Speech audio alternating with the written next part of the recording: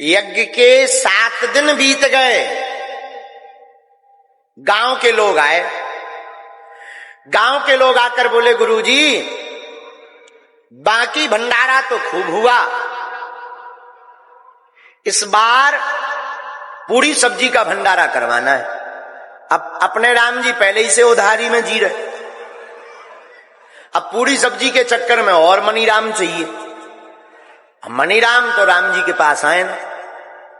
हमने हाँ फिलो फिलो होता ना जो जोश में कह दिया ठीक है हो जाएगा। अब फिर सेठ को बुलाया। हमने कहा सेठ जी कुछ सामान चाहिए।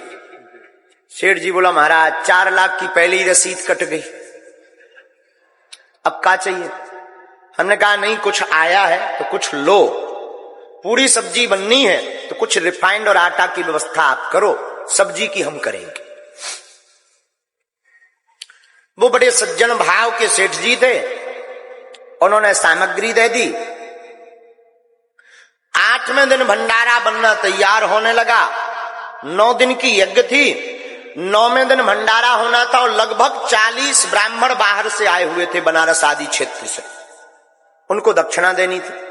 हमारे पास जो दक्षिणा थी वो हमने सेठ जी को दे दी। अब ब्राह्मणों की दक्षिणा, महाराज जी बिल्कुल सत्य घटना बता रहे हैं, ब्राह्मणों की दक्षिणा 1 रुपया नहीं बचा जेब में।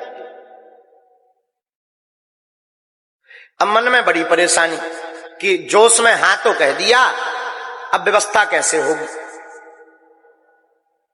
उधार किसी से मंगाने की हमारी आदत नहीं थी।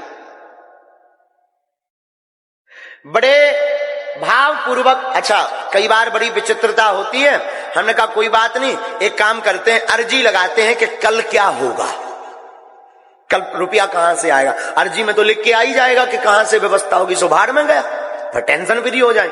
लेकिन भैया जैसे ही पेन कागज उठाया सोई वाईफाई के सिग्नल गाया।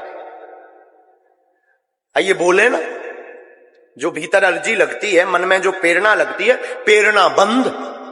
हमने कहा और बढ़िया,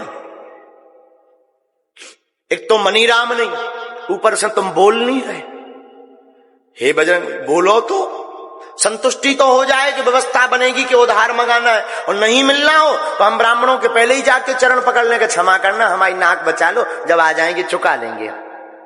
लेकिन ना बोले ना व्यवस्था। कब रात हो गई पता ही नहीं लगा, टेंशन में। चित्रकूट की रामलीला आई थी उस वक्त, चित्रकूट से 2 बजे रात तक रामलीला चलती थी। गर्मियों का दिन, जून का महीना था, मई जून का महीना।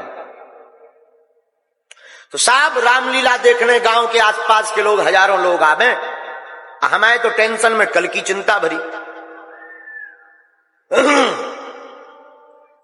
रामलीला देख करके जब सब लोग चले गए, 2:30 बजे बार बार हमारी आंखों में आंसू आवे और रोबो आवे, रोना आवे। बार बार हमारे नैन भरे कि हे बालाजी कल लाज बचा लेना,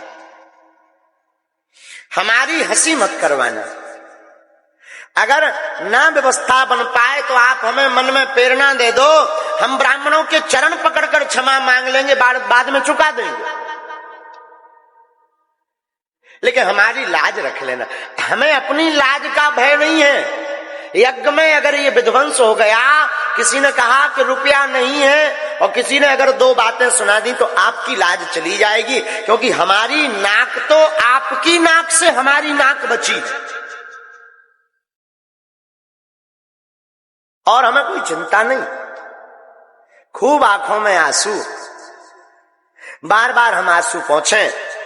रात का समय, अर्जी लगे ना, सामने में मटकों में पानी भरा रखा था।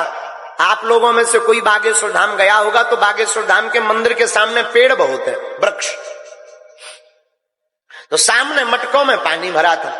गर्मियों का दिन, हमने एक मटका उठाया और ज्यों कपड़ा जो पहने थे वैसे ही डाल करके नहा लिया।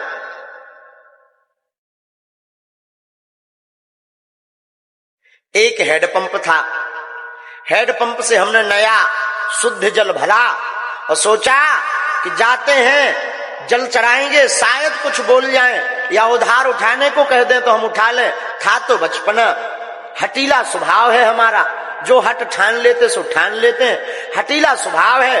हाथ में वो जल का मटका लिया, पूरा शरीर एकदम गीला, रात के 2:30 बजे होंगे, बार बार आंखों में आंसू आवे कि हमारी लाज ना जावे, आपकी लाज बच जावे। सुबह नहीं तो लोग हंसी करेंगे कि बड़े यज्ञ वाले बने थे, बड़े हनुमान जी के साधक बने थे, बड़े चमत्कारी बने थे, लोगों ने करे आओ चमत्कार। दुनिया भर को भविष्य बता रहे, खुद को नहीं बता पाए। दुनिया भर के पर्चा बनाते हैं, खुद का पर्चा फेल हो गया, ऐसा लोग कहेंगे, हंसी हो जाएगी। तो हाथ में मटका लेकर के हम मंदिर की तरफ बढ़े। सत्य घटना बता रहे हैं आप। सीढ़ियां चढ़े। आप लोगों में से कोई बागेश्वर बालाजी का मंदिर गए हो तो सीढ़ियां हैं, 8-10 सीढ़ियां थी उस वक्त।